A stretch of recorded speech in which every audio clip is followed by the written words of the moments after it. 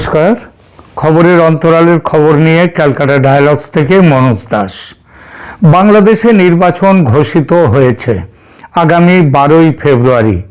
তবে যে পথে চলছে দেশ তাতে নির্বাচন আদৌ হবে কিনা রীতিমতো সন্দেহ সেটা নিয়ে।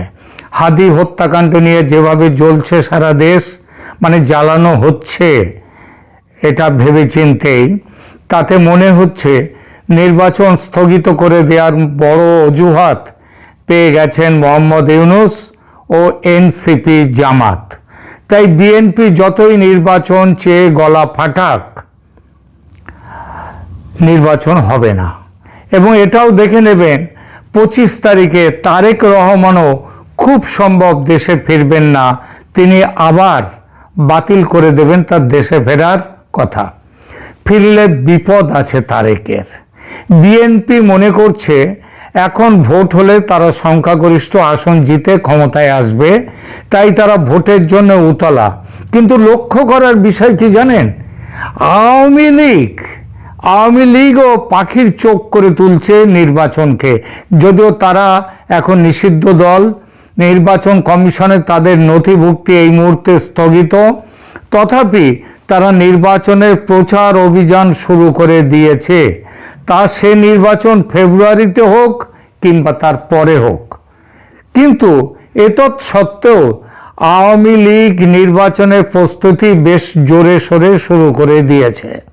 স্বয়ং শেখ হাসিনার কাছ থেকে সম্প্রতি দলীয় কর্মীদের নির্বাচনের জন্য প্রস্তুত হওয়ার নির্দেশ এসেছে। বলা হয়েছে আওয়ামী লীগ সরকারের আমলের প্রাপ্তিগুলো নিয়ে মানুষের কাছে যেতে হবে নেতাকর্মীদের।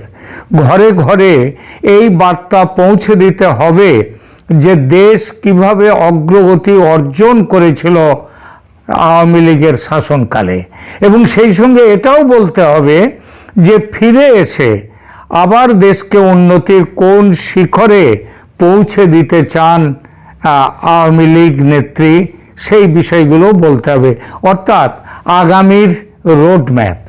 এই প্রেক্ষিতে প্রশ্ন জাগে, যখন দল কার্যত নিষিদ্ধ, নির্বাচন হলেও সেখানে অংশগ্রহণের সুযোগ নেই, এবং দলের মূল কর্ণধার নেত্রী যখন স্বয়ং দেশ থেকে নির্বাসিত শুধু নন, তার মাথায় ঝুলছে মৃত্যুদণ্ডের পরোয়ানা, তখন নির্বাচনের জন্য দলকে কেন ঝাঁপিয়ে পড়তে বলছেন শেখ হাসিনা? এটা কি অতিরিক্ত স্মার্টনেস দেখানো, নাকি সত্যি নির্বাচনী ময়দানে আওয়ামী লীগের যোগদানের সম্ভাবনা আছে? এখনকার আলোচনা এই বিষয়টি নিয়ে। কিসের প্রেক্ষিতে আওয়ামী লীগের এই বিশ্বাস জন্মেছে যে তারা নির্বাচনে অংশ নিতে পারবে, এই বিষয়টা নিয়ে এখনকার আলোচনা। প্রথমে দেখা যাক কিভাবে এগোবার ছক করেছেন শেখ হাসিনা। শেখ হাসিনা দলের শীর্ষস্থানীয় নেতা ওবায়দুল কাদেরের, যিনি আওয়ামী লীগের সাধারণ সম্পাদক, তার মাধ্যমে নির্দেশনা প্রদান করেছেন। এই নির্দেশনাগুলি কি? 1.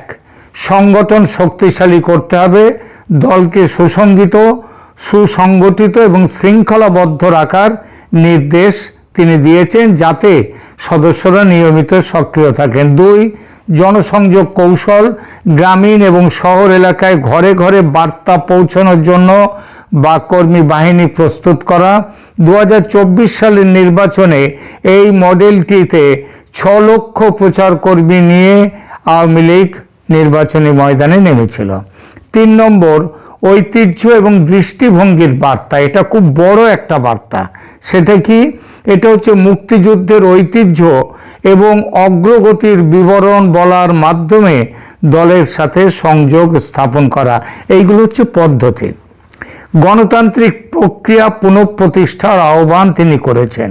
নভেম্বর 2025-এ শেখ হাসিনা স্পষ্টভাবে বলেছেন যে চলমান নির্বাচন প্রক্রিয়া গণতান্ত্রিক নয় এবং আওয়ামী লীগের সংখ্যাগরিষ্ঠ জনগোষ্ঠীকে প্রতিনিধিত্ব করে না। তার দল অনেকগুলি শর্ত পূর্বাবস্থায় ফিরিয়ে আনার জন্য দাবি করেছে। কেমন? সেগুলো হচ্ছে যে সমস্ত অধ্যাদেশ অবিলম্বে প্রত্যাহার করতে হবে, দ্বিতীয়, হাসিনা এবং দলীয় নেতাদের বিরুদ্ধে যে বানোয়াট মামলা প্রত্যাহার করতে হবে। তারপর সকল রাজনৈতিক বন্দী অবিলম্বে মুক্তি দিতে হবে তাদেরকে। তত্ত্বাবধায়ক সরকার একটা প্রতিষ্ঠা করতে হবে যারা নির্বাচন পরিচালনা করবে। এছাড়া লিবারেশন ওয়ার ঐতিহ্য অর্থাৎ মুক্তিযুদ্ধের যে চেতনা এবং ঐতিহ্য এবং তার যে জাতীয় পরিচয় সেগুলোকে ফিরিয়ে আনতে হবে। ডিসেম্বর ফিরিয়ে আনতে হবে না, আরও শক্ত করে প্রতিষ্ঠিত করতে হবে মানুষের মনে। ডিসেম্বর 2025-এ যে বিজয় দিবসে শেখ হাসিনা একটি শক্তিশালী, এই 16ই ডিসেম্বর তিনি বার্তা দিয়েছেন। তিনি বলেছেন যে বঙ্গবন্ধু শেখ মুজিবুর রহমানের নেতৃত্বে এবং আওয়ামী লীগের দিক নির্দেশনায় 1971 সালে লিবারেশন ওয়ারের আত্মা সংরক্ষণ করা জাতীয় দায়িত্ব। এই প্রচারের মূল স্তম্ভ মানে কোন কোন দিকে প্রচার হবে, সবথেকে বড় জিনিস যেটা বলা হয়েছে সেটা হচ্ছে শেখ হাসিনার দল তার গত 15-16 বছরের শাসনকালে যে অর্থনৈতিক পরিকাঠামোগত অবকাঠামোগত সাফল্য অর্জন করেছে সেইগুলো মানুষের মধ্যে প্রচার করতে হবে। সাম্প্রতিক এক সাক্ষাৎকারে তিনি দাবি করেছেন যে এই সমস্ত সক্রিয় প্রচার কৌশল তিনি বাস্তবায়ন করতে হবে এবং এর আগেই বলেছি এর ভিত্তি হবে গত 15-16 বছরের শাসনকালের যে সাফল্য, সেই সাফল্যগুলো। এই বার্তাগুলো তৃণমূল স্তরে প্রচার করা হচ্ছে মানুষকে জানানোর জন্য যে অর্থনৈতিক উন্নতি এবং অবকাঠামো উন্নয়ন কিভাবে সাধারণ জীবনযাত্রার মান উন্নত করেছে। শেখ হাসিনার বিশ্বাস এবং সেটা সাধারণভাবে সেই বিশ্বাস হওয়ার যথেষ্ট যৌক্তিকতা আছে। সেটা হলো ইউনূসের প্রশাসনিক ব্যর্থতা, দেশের অর্থনীতির ভয়ঙ্কর অবস্থা, দ্রব্যমূল্য বৃদ্ধি, কলকারখানা বন্ধ হয়ে যাওয়া, আইন শৃঙ্খলার ভয়ঙ্কর অবনতি আর মৌলবাদী শক্তির উত্থান এবং তার ফলে গণতান্ত্রিক ব্যবস্থা ধ্বংস হয়ে যাওয়া। এই সব মিলিয়ে মানুষের সামনে আশার আলো দেখাবে তার শাসনকালের অর্জন এবং সেই আলো দেখিয়ে মানুষের মনে আওয়ামী লীগ তার আসন আবার আরও শক্ত করে প্রতিষ্ঠা করতে চায়। সেই লক্ষ্যেই প্রচার অভিযানের নির্দেশ।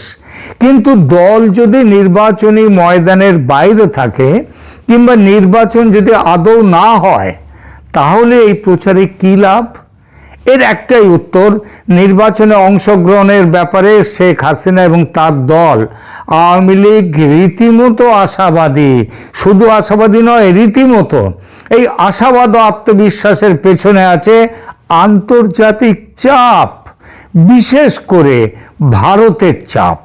ওসমান হাদির মৃত্যুর পর বাংলাদেশের শাসক গোষ্ঠী যে উচ্চগ্রামে নিয়ে গেছেন ভারত বিরোধিতা, সেটা ভারতের গত 1.5 বছর ধরে ভারতের মধ্যে যে বারুদ জমছিল সেই বারুদে কিন্তু অগ্নি শলাকা দিয়ে দেয়া হয়েছে, তারপরে বিস্ফোরণ। এবং আপনাদেরকে গত কালকের ভিডিওতে বলেছি ভারত একেবারে চরম সিদ্ধান্ত নিয়ে ফেলেছে শিক্ষা দেওয়ার পথে। আরও পরিষ্কার করে বললে সামরিক অভিযানের পথে ভারত কিভাবে এগোচ্ছে। কিন্তু হাসিনার এই আত্মবিশ্বাস এবং নির্বাচনে অংশগ্রহণের বিষয়ে তার দলের বর্তমান তৎপরতার পেছনে আন্তর্জাতিক চাপের কথা বলেছি। বিশেষ করে ভারতের অবস্থান যে একটি বড় ভূমিকা পালন করছে সেই বিষয়ে জোরালো আলোচনা চলছে আন্তর্জাতিক রাজনীতির বিশ্লেষকদের মধ্যে। 2025 সালের ডিসেম্বরের বর্তমান উত্তাল পরিস্থিতিতে আওয়ামী লীগের নির্বাচনে অংশগ্রহণের সম্ভাবনা উজ্জ্বল হওয়ার পেছনে যে কারণগুলি দেখা যাচ্ছে সেগুলো এরকম। প্রথমত শেখ হাসিনার, প্রথমত বলেছি যে ভারতের অবস্থান, মানে এখানে ভারতের অবস্থানের কথা বারবার বলছি যে শেখ হাসিনার বর্তমান আত্মবিশ্বাসের মূলে রয়েছে ভারতের শক্ত কূটনৈতিক অবস্থান। আওয়ামী লীগকে নির্বাচন থেকে দূরে রাখা বা নিষিদ্ধ করার যে প্রক্রিয়া অন্তর্বর্তীকালীন সরকার করেছে, ভারত তা নিয়ে প্রকাশ্যে এবং কূটনৈতিক চ্যানেলে প্রবল উদ্বেগ জানিয়েছে এবং চাপ দিয়েছে আওয়ামী লীগকে নির্বাচনে অংশ নেয়ার ব্যাপারে তাদের গণতান্ত্রিক পরিসর সংকুচিত না করার জন্য। অর্থাৎ আওয়ামী লীগকে বাদ দিয়ে নির্বাচন হলে সেটা দেশের গণতান্ত্রিক পরিসর সংকুচিত করার সামিল হবে। ভারত মনে করে একটি বড় রাজনৈতিক শক্তিকে নির্বাচনের বাইরে রাখলে বাংলাদেশে স্থিতিশীলতা আসবে না। হাসিনার জন্য এটি একটি বড় লাইফ লাইন। তিনি মনে করছেন ভারতের এই চাপের মুখে অন্তর্বর্তীকালীন সরকার নমনীয় হতে বাধ্য হবে, কারণ তাকে ছাড়া নির্বাচন করলে সেই নির্বাচনের আন্তর্জাতিক গ্রহণযোগ্যতা থাকবে না। দ্বিতীয়ত, শেখ হাসিনা দিল্লি থেকে বার্তা দিয়েছেন যে আওয়ামী লীগকে ছাড়া নির্বাচন হলে তার দলের লক্ষ লক্ষ সমর্থক ভোট বয়কট করবে। এমনটা হলে এই নির্বাচনে ভোটারদের অংশগ্রহণের হার ভীষণভাবে কম হবে। সেই হার গত বছর জানুয়ারিতে শেখ হাসিনার আমলের ভোটদানের হার থেকেও কম হওয়ার সম্ভাবনা। আর সেটা হলে হাসিনার বিরুদ্ধে আমেরিকা সহ পশ্চিমী দুনিয়ার যে অভিযোগ ছিল সেই একই অভিযোগ বরং আরও বড় হয়ে উঠবে এই নির্বাচনের বিরুদ্ধে। সবচেয়ে বড় কথা, বিএনপি নিজে নির্বাচন বয়কট করেছিল এর আগে। আওয়ামী লীগ কিন্তু বয়কট করতে চায় না নির্বাচন, তারা নির্বাচনে অংশ নিতে চায়। এই অবস্থায় তাদের বাদ দিয়ে নির্বাচন করলে সেই নির্বাচন শুধু ভারত নয়, পশ্চিমের কোনো গণতন্ত্রই মানবে না। তৃতীয়ত, দক্ষিণ এশিয়ার ভূ রাজনীতিতে ভারতকে সঙ্গে রাখা যে ভীষণভাবে জরুরি, এই সত্যিটা এতদিনে ভালোভাবে বুঝতে পেরেছেন মার্কিন প্রেসিডেন্ট ডোনাল্ড ট্রাম্প। ট্রাম্প বুঝেছেন ভারতকে সঙ্গে না রাখলে ভারত তার নিরপেক্ষ অবস্থান পাল্টে রাশিয়ার আরও ঘনিষ্ঠ হবে এবং আমেরিকা থেকে দূরে সরে যাবে। চীন এবং ভারত দুটো দেশকে শত্রু করে তুললে আমেরিকার সমূহ ক্ষতি। বাধ্য হয়েই তাই ভারতের বাংলাদেশ নীতিতে সায় দিতে হবে আমেরিকাকে। আর এই প্রক্রিয়া যে ইতিমধ্যে শুরু হয়ে গেছে তার নানা সংকেত দেখা যাচ্ছে, যার মধ্যে প্রধানতম হলো বাংলাদেশের জাতীয় নিরাপত্তা উপদেষ্টা খলিলুর রহমানের প্রথমে দিল্লি, তারপর দোহায় ভারতের নিরাপত্তা উপদেষ্টা অজিত ডোভালের সঙ্গে বৈঠক। সেই সব বৈঠকে মার্কিন প্রতিনিধিরাও হাজির ছিলেন এবং ভারতের মতে তারা মত মিলিয়েছেন। শেখ হাসিনা স্পষ্ট বুঝেছেন এটা, তাই দলীয় সমর্থকদের উদ্দেশ্যে বার্তা দিয়েছেন প্রচার অভিযান শুরু করার। এরপরেও আছে, এরপরে চতুর্থ যে কারণটা অতি সাম্প্রতিক, হাসিনার পক্ষে সেটা খুব ভালো কাজ দিয়েছে, সেটা হলো ওসমান হাদির হত্যাকাণ্ড, তার পরবর্তী সহিংস ঘটনা প্রবাহ। যেভাবে কোনো রকম তদন্ত ছাড়াই আওয়ামী লীগ ও ভারতকে অভিযুক্ত করে বিবৃতি দিয়েছে বাংলাদেশের রাজনৈতিক নেতারা, বাংলাদেশ সরকারের একাধিক উপদেষ্টা, তাতে ভারত প্রচণ্ড সংক্ষুব্ধ। এই ঘটনাটি হাসিনার জন্য পরোক্ষভাবে একটি সুযোগ তৈরি করেছে। ওসমান হাদির মৃত্যুর পর অভিযোগ ওঠে যে তার হত্যাকারী ভারতে পালিয়ে গেছে, এর জয় তাকে ফেরত দিতে হবে। এর জেরে বাংলাদেশে তীব্র ভারত বিরোধী বিক্ষোভ শুরু হয় এবং ভারতীয় হাই কমিশন ঘেরাও বা বন্ধের দাবি ওঠে। এই পরিস্থিতিতে ভারতও কঠোর অবস্থান নিয়েছে। ভারতীয় ভিসা সেন্টারগুলো সাময়িকভাবে বন্ধ করা হয়েছে এবং ঢাকায় ভারতীয় দূতকে বাংলাদেশ তলব করেছিল, তার পাল্টে হিসেবে ভারতও কড়া ভাষায় কূটনৈতিক প্রতিবাদ জানিয়েছে। এসব ঘটনায় হাসিনার কি লাভ? বাংলাদেশে দেখুন, বাংলাদেশে যখনই ভারত বিরোধিতা সহিংস রূপ নেয় বা অস্থিতিশীলতা তৈরি হয়, তখন ভারত নিরাপত্তা নিয়ে তার নিরাপত্তা নিয়ে উদ্বিগ্ন হয়ে পড়ে। ভারত তখন মনে করে যে বাংলাদেশে হাসিনাই একমাত্র স্থিতিশীলতার গ্যারান্টি। ওসমান হাদির মৃত্যুকে কেন্দ্র করে সৃষ্ট অরাজকতা ভারতকে এই সিদ্ধান্তে আরও অটল করছে যে বর্তমান অন্তর্বর্তী সরকার পরিস্থিতি নিয়ন্ত্রণে ব্যর্থ এবং হাসিনার মতো শক্ত হাতের শাসকই তাদের বাংলাদেশের জন্য যেমন প্রয়োজন, তেমনি ভারতেরও অভ্যন্তরীণ নিরাপত্তার জন্য প্রয়োজন। হাসিনার আত্মবিশ্বাস এখান থেকেই আসছে যে পরিস্থিতি যত খারাপ হবে ভারতের সমর্থন তার প্রতি তত জোরালো হবে। হাসিনা যে কর্মীদের উন্নয়নের কথা বলে ঘরে ঘরে যাওয়ার নির্দেশ দিয়েছেন, তা মূলত দলের মনোবল চাঙ্গা রাখার এবং অস্তিত্ব টিকিয়ে রাখার কৌশল তো বটেই, তার সঙ্গে বিরাটভাবে ফিরে আসা নির্বাচনী ময়দানে, সেটাও উদ্দেশ্য। যদিও প্রকাশ্যে বড় সমাবেশ করা কঠিন, তবুও গোপনে বা ঘরোয়াভাবে জনসংযোগের মাধ্যমে তিনি ভোটারদের মনে করিয়ে দিতে চাইছেন তার সময়ের স্থিতিশীলতার কথা। আওয়ামী লীগ নিষিদ্ধ হওয়ার বা কোণঠাসা হওয়ার ভয়ের মধ্যেও নভেম্বরে দেশ জুড়ে শাটডাউন বা বিক্ষোভের ডাক দিয়ে সফল করেছে, সেগুলো নিজেদের উপস্থিতির জানান দিয়েছে। এই সক্রিয়তা আন্তর্জাতিক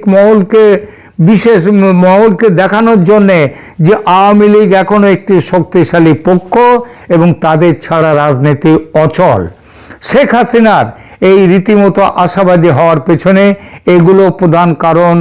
আরও একটা বড় কারণ রয়েছে, বললাম, জিওপলিটিক্যাল ইকুয়েশন বা ভূ রাজনৈতিক সমীকরণ, এবং সেই সমীকরণ অনুযায়ী আওয়ামী লীগকে সেখানটাতে আওয়ামী লীগ এবং এই ভূ রাজনৈতিক সমীকরণের জন্য ভারতকে অস্বীকার করা যাবে না, ভারতের অবস্থানকেও, ভারতের চাওয়াটাকেও গুরুত্ব দিতে হবে। সুতরাং কি দেখা গেল শেখ হাসিনার আত্মবিশ্বাস কোনো অলীক স্বপ্ন নয়, বরং এটি ভারতের কূটনৈতিক লেভারেজ এবং বাংলাদেশের অভ্যন্তরীণ স্থিতিশীলতাকে কাজে লাগানোর ঠান্ডা মাথার রাজনৈতিক হিসাব। আন্তর্জাতিক ভূ রাজনীতির খেলায় বাংলাদেশে ভারত যেটা চায় সেটা অস্বীকার করার ক্ষমতা খোদ আমেরিকারও নেই। আর বাংলাদেশকে স্থিতিশীল রাখার ক্ষমতা ইউনূস কিংবা তার পৃষ্ঠপোষক জামাতের নেই। সে ক্ষমতা আছে আওয়ামী লীগের এবং কিছুটা পরিমাণে বিএনপির। কিন্তু গত 1.5 বছরে বিএনপি যেভাবে নিজেকে মুক্তিযুদ্ধ বিরোধী শক্তিতে রূপান্তরিত করেছে, যেভাবে ইউনূসকে নিঃশর্ত সমর্থন দিয়ে দেশকে আজকের অরাজক পরিস্থিতিতে এনেছে, তাতে বিএনপির সমর্থনের জমি অনেকটাই ভেঙেছে। আমি বারবার করে একটা কথা বলি, বাংলাদেশের নির্বাচনের দুটো পক্ষ, একটা মুক্তিযুদ্ধের সমর্থনের পক্ষে আর একটা মুক্তিযুদ্ধের বিরোধের পক্ষে। এই মুক্তিযুদ্ধের সমর্থনের পক্ষের পুরো শক্তিটাই বেশিরভাগ শক্তি বিএনপি থেকে কিন্তু চলে আসবে আওয়ামী লীগের কাছে। আর বিএনপির মধ্যে যে মৌলবাদী শক্তি আছে, মুক্তিযুদ্ধ বিরোধী শক্তিও যারা রয়েছে, তারা চলে যাবে জামাতের সঙ্গে। বিশ্ববিদ্যালয়গুলির ছাত্র ইউনিয়নের নির্বাচন সেটা চোখে আঙুল দিয়ে দেখিয়েছে।